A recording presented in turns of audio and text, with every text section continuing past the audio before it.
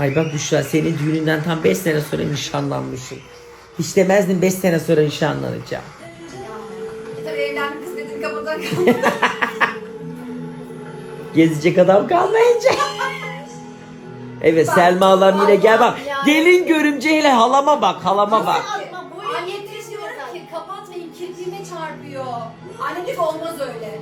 Yüresinle türesin her yerde. Yani gelin görümce.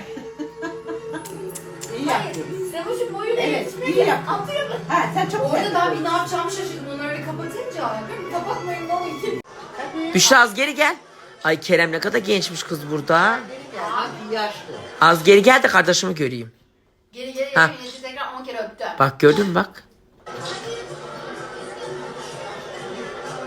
Annem de kırmızı başlıklı kız gibi o elbiselerden aldıysa. Ha nerede kaldı? Ay. Ha evet. Hepsi güzeldi ama.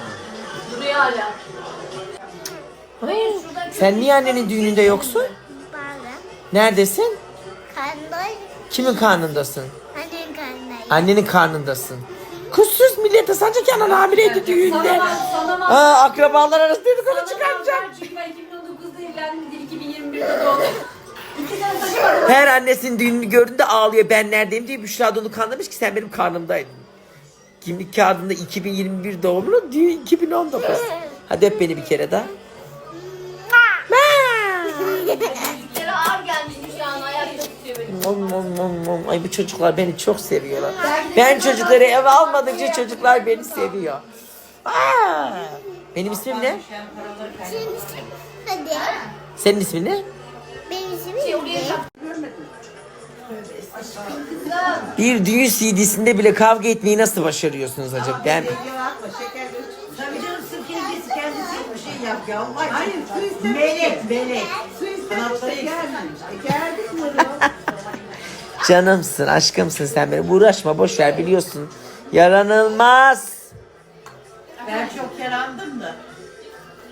Ay senin de içinin kini nefreti bir bitmedi. gerçekten tam olarak neden tartıştığını benim bile anlamadım. Benim nişanımda su gelmiş mi gelmemiş mi onu? Bir kere istedik. Atakan geldi. Yok Baba. kimseye Hadi geldi. Ben geldi. geldi. Vallahi Ben hiç çok gelmedi. tartışan bir insanım. Tamam mı? Edepsiz olduğunu biliyoruz ama. Benim canım tartışan bir insan. Ya getirmediler. Kız getirmediler. Vallahi. Peki bunun suçlusu Selma halam mı? Hayır, Ben salonu diyorum sadece. o diyor ki getirdiler. Beni yalanlama derdim ya.